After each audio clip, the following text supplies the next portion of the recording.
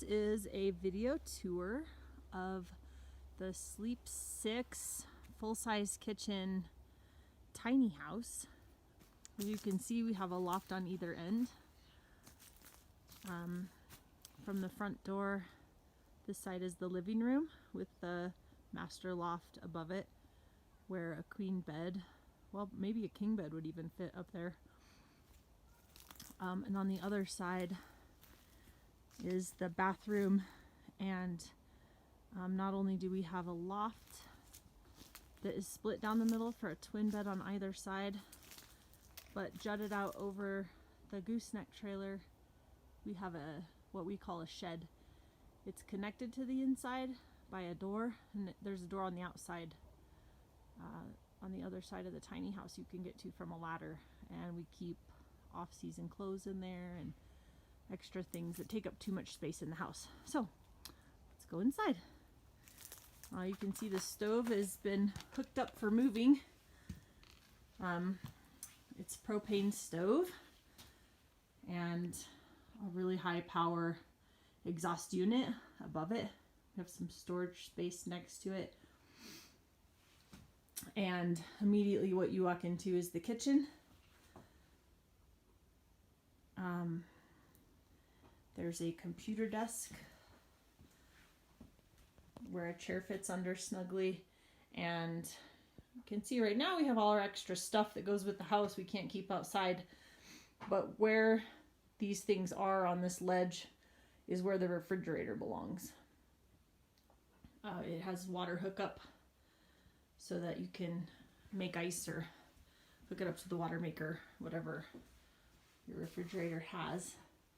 And in this unit here, between the counter and the stove, that is not dead space. That is where the water heater lives. We have on-demand water heater, and there's a trash and recycling unit in here, and then this is all I'm really going to be able to show you on a video of the water heater, but it's all hooked up and has a drain pan underneath in case of an overflow, and it's all to code. On this side of the house, as mentioned, if you look up, you can see the shelving unit that half of the shelves face each side, so that whoever's on the twin bed on either side, they each have shelves. There is a hallway underneath to the bathroom, and then a room for, we had a small Ikea shelving unit and a tall thin hamper here in the hallway. Yes, this is Hannah's room. You can paint over that, of course. And then underneath on the floor is another sleeping space. So that's our 1, 2, up above 3, 4 twin bed sleeping spaces. They all have their own shelves. So on the bunk beds, they each have a shelving unit just like this on that side.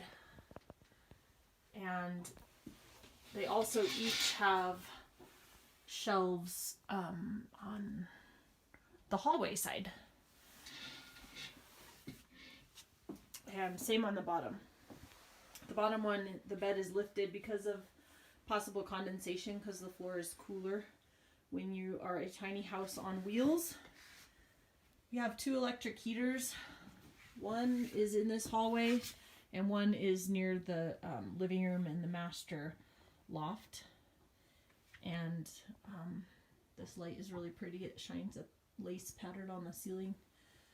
And the heater heats up very fast and quickly, and we never had trouble keeping this house warm, even as low as what temperatures were we out here in? Probably as low as 5 degrees. Here's the bathroom.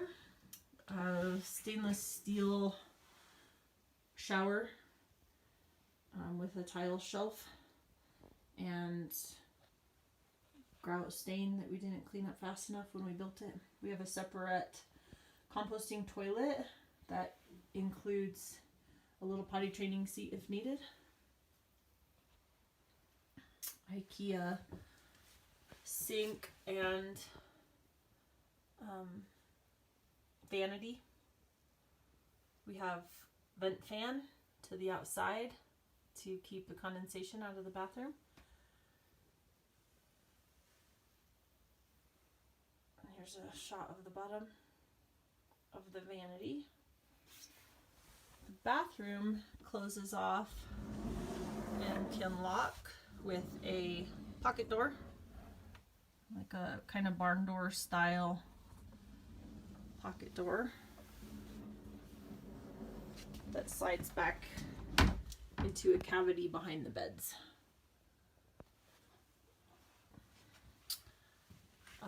We have fabric there just to keep the door from getting scuffed up on the wood. To get upstairs, we have stainless steel backed ladder so that it keeps from getting scuffed up. Designed so that you have handles to grab as you climb up. And here is kind of a bird's eye view of the rest of the house. Ceiling fan that we generally kept on 24 hours a day on at least a low speed just to keep the heat or cool air, whichever time of year it was, circulating, which is really good to have airflow in a tiny house like this.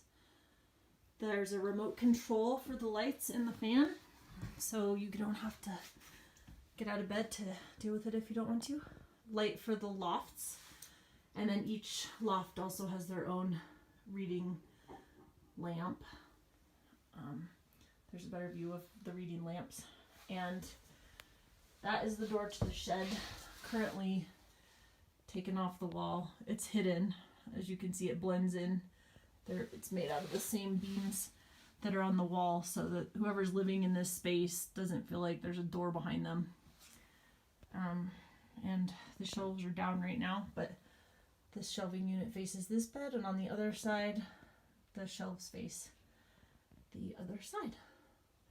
We have installed temporarily for right now little hooks, and there's curtains to go with them. So they are like a medium brown, light brown colored curtains that just hang on those hooks for privacy.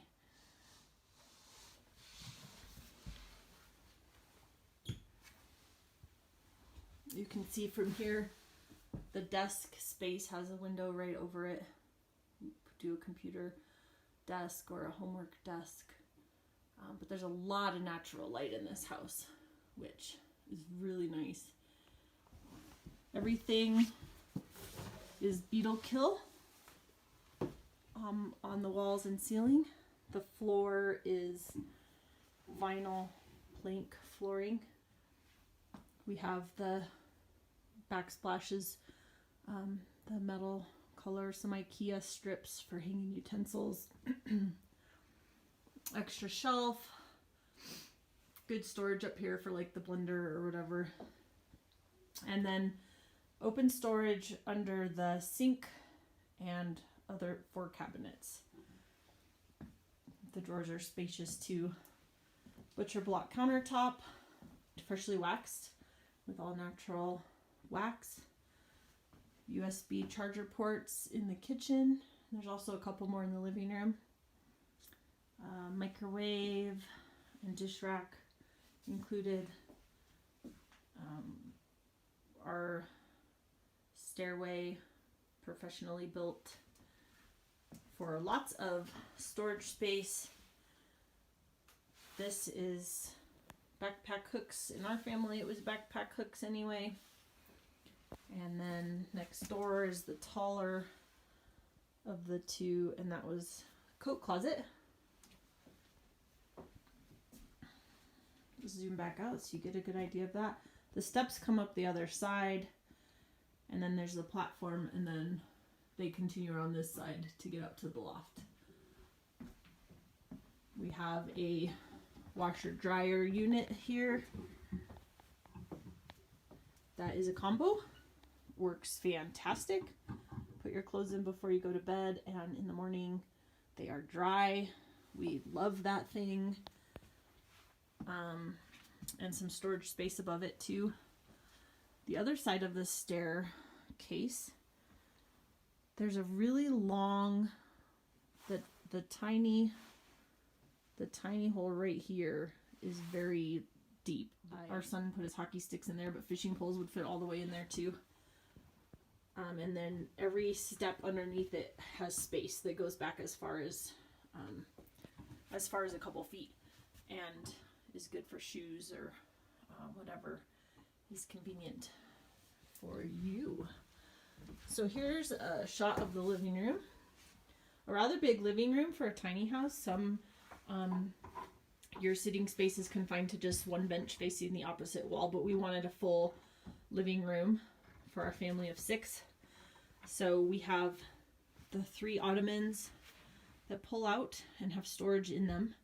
We used them for extra chairs to seat us for dinner around the Ikea table, which you can see the flaps are down right now, but that opens up to a 6-foot long table.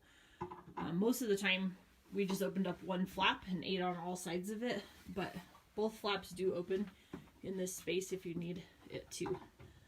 Underneath the back corner, if you lift the cushion, there is storage space back here also. That whole corner is not unusable. We just kept our board games in there that we didn't need every day. And another cell phone charger port. The little bracket was for holding our Apple TV. And there's still the installation space for a projector, which we had in the ceiling here. So the projector was over our heads. And then on that hook, we mounted a projector screen that we could put up and take down every time we wanted to watch TV. So everybody could face the projector screen and we could all watch TV together. Let's check out the master loft. Right now we have this support beam here just for moving. That does not stay there, that goes away. So normally it's wide open up here, but we wanted extra structural support when we were driving down the highway. And these hooks on the ceiling are for the privacy curtains for this room, which are not up right now. Here's the second heater and the master loft. 3 bright windows, and that is all storage space. There's 4, if you can see, 4 doors on the top to open to get at things from 4 different areas, but that is a nice deep place for clothes or books or whatever. My husband's taller than me at 5'8", but we could both sit up on top of a real actual mattress and not hit our heads on the ceiling. We designed this so that we could sit up and read and be comfortable and live life up here and not have to army crawl in. That is, I think, the full tour. If you have any questions, please feel free to click on the link and get me an email, and I will be happy to answer any queries you have about the house. Thanks for watching.